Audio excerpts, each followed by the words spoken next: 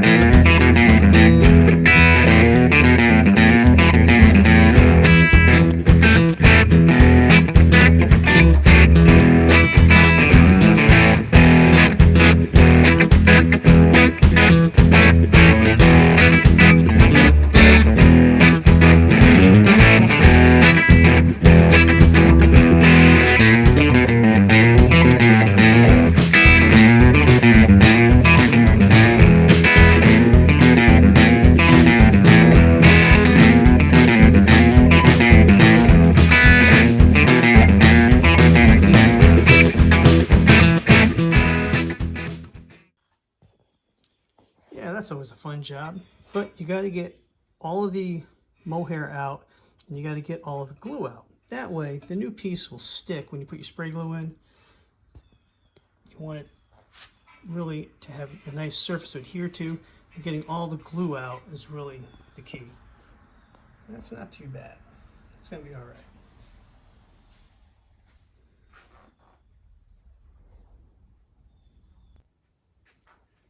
Since it does come in like about 2-foot sections, I'm going to let it run a little long, and right here we will just give it a lock of the finger, and then I'll just cut it straight across. Now, to peel and stick, as opposed to using contact cement or spray glue, it's going to be tricky getting it in as it sticks. I found that out when I did the first one. So let's get this peeled off, and we'll get it laid in place.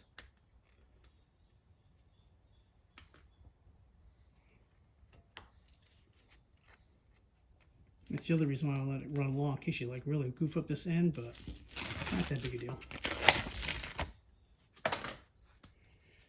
So let's try this time. Just gonna take a piece of wood. If I can help get it centered, I get it down in as far as I can before it really starts sticking on the sides. And it's going to stick on the sides anyway.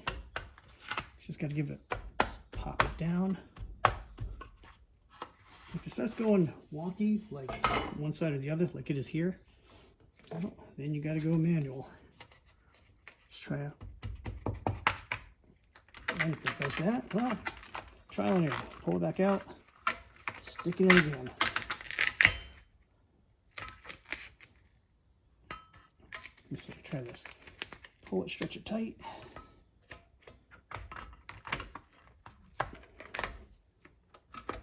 Well, it didn't work so great. All right, let's do this.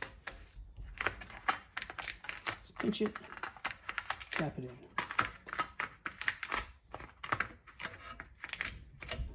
Oh, great.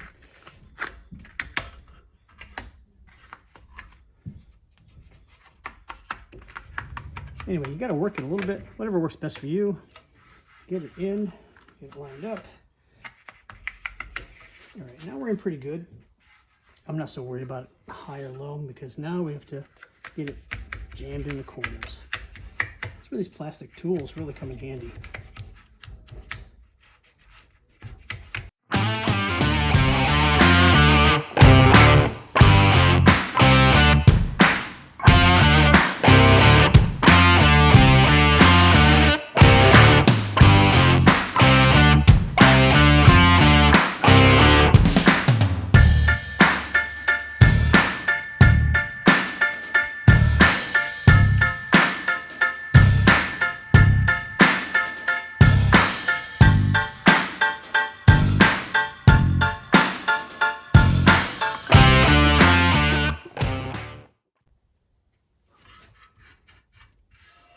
There, that's pretty good. Got it stuck to the sides, got it stuck to the back side of the channel, and any excess, no matter where it is, I'm just kind of tucking it over on the lip.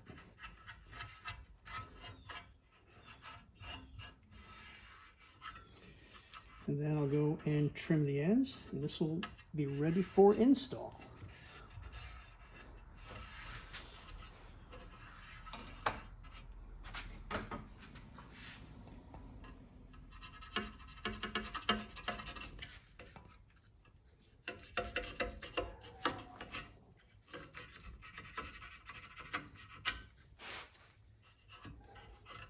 Nice and stuck on the end and up here at the top.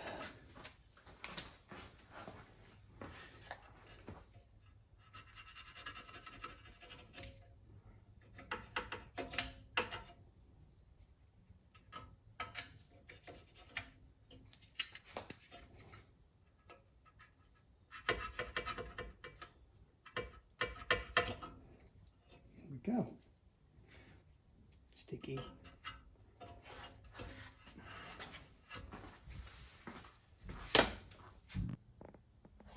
All right, we got the passenger side run channel reinstalled in the door, windows up, nothing, no rattle, right?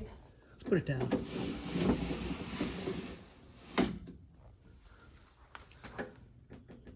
Nothing, no rattle.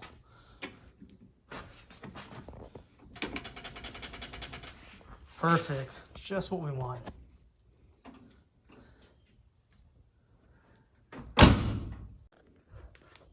Well, that pretty much covers getting the doors completed. That was the last part of the inside, so the windows go up and down smooth.